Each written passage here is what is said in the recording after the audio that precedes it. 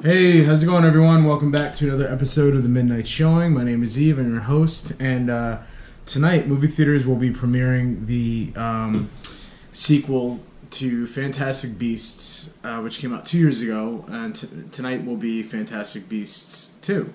I don't know too much about it. I'm not really a Harry Potter fan. I tried to get into it. I couldn't. But I'm going to talk about running Harry Potter movies on 35mm film.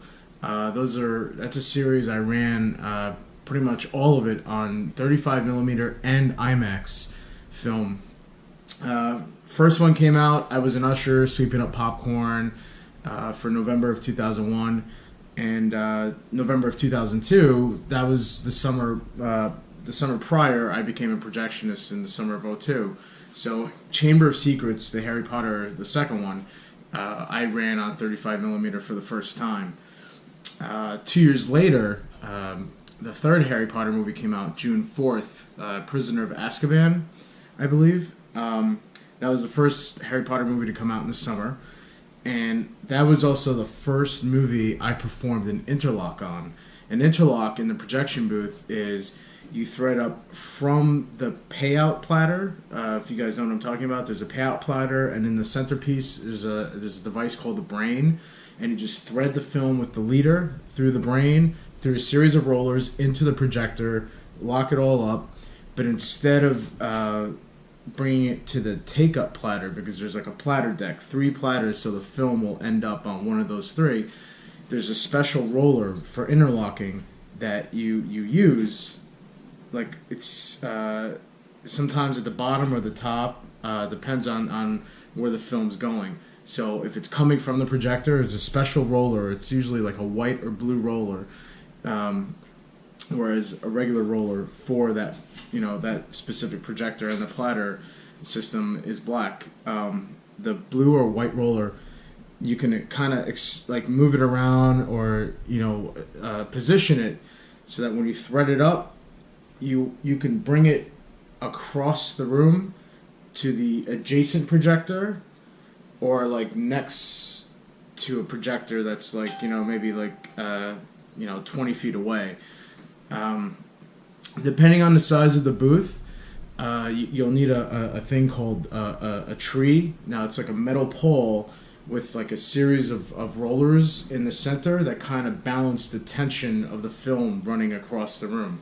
It's really something. But that was the first interlock I performed, and then you have to set up the projectors to communicate with each other. I believe the reel-to-reel system kind of follows through the same way. I've never operated reel-to-reel. The closest I've ever done was in interlocking.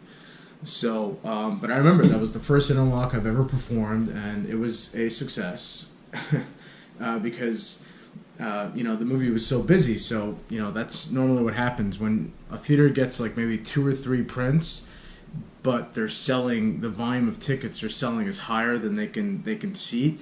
They try to cancel a movie nearby that's not selling real well, or they'll try to move prints around. Theater managers will try to move movies around to accommodate for that prime showing at night, so they can perform interlocks. And I've been doing interlocks all the way up until 2009, especially at the 18-screen IMAX theater when I was running film over there. So, and then I just kept running 35mm Harry Potter movies after that still. I forgot the 4th one. That's the PG-13 one, right? But I remember the Order of the Phoenix. I think that was number 5. Order of the Phoenix was the first Harry Potter movie that I ran in IMAX, and I believe it was also the first movie in IMAX that I ran by myself. The first shift was Order of the Phoenix, and I remember it was 3D. 3D IMAX is tough. Like, talk about a monster right there. Like 35mm, you can do that with your eyes closed. IMAX film, way more complex, way more serious, way more time-inducing. You have to pay attention to every single detail. And I remember training for IMAX on Spider-Man 3 that summer, and then finally Harry Potter rolled around, and I had to run 3D. They say if you can run a 3D IMAX projector, you can run any projector, because it's like driving stick. If you can drive stick, you can drive anything. And the IMAX 3D for Harry Potter was really like strange, but that's how they would do it at the time. Was for a 3D IMAX print, it would be two prints running at the same time. They would be off by like half a frame or a frame. So you thread up one halfway, and then you thread up the other, so it's left eye, right eye. And then after you lock everything in, that's when you finish bringing the leader of each print one at a time to the QTRU, which is pretty much the take-up platter. But it was called the QTRU. It's everything was IMAX, designed by IMAX. Now the weird thing was, I remember running Harry Potter. Not the entire movie wasn't 3D. It was only portions of it. And what they used to do was, for a 3D movie, whenever you had a portion of the movie that was about to come on 3D, you would get these green flashes of an indicator telling you to put on your glasses.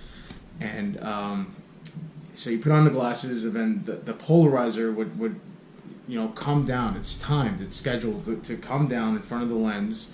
And there you go. You got your 3D, which was great. Film 3D was awesome.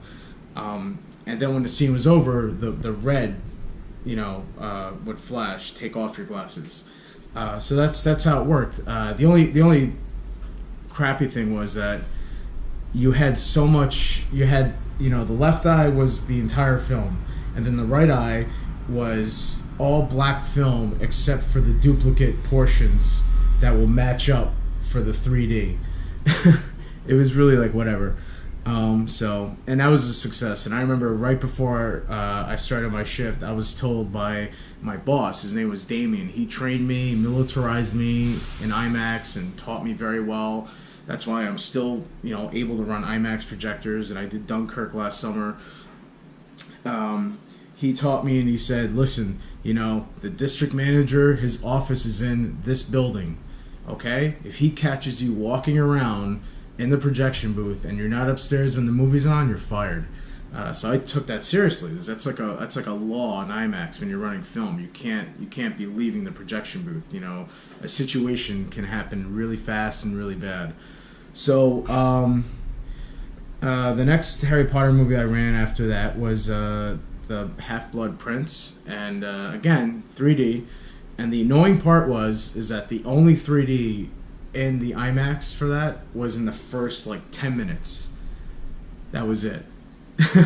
And then after that, it was all black film. So we had to build up two prints, one the entire movie for left eye, and then the right eye was the first 10 minutes, a duplicate scene, and then everything else was just black film. It was so ridiculous. I was like, if you're gonna do 3D, might as well put the whole movie in 3D.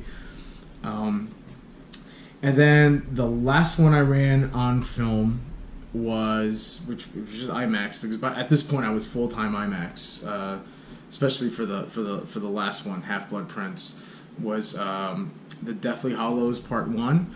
But that was 2D. They didn't do 3D with that one. That was 2D, or at least I know that when I ran it in IMAX, it was 2D.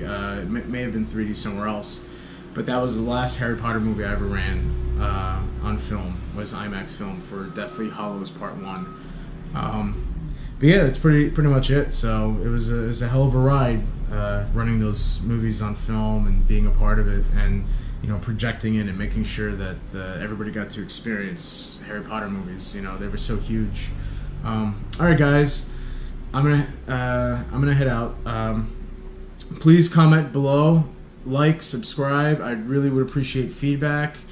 You can throw in suggestions for movies if you want me to talk about running them or what it was like running them.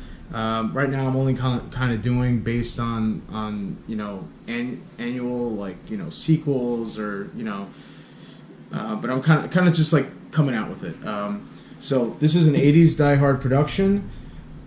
Thank you very much and have a good day. Later, guys. Bye.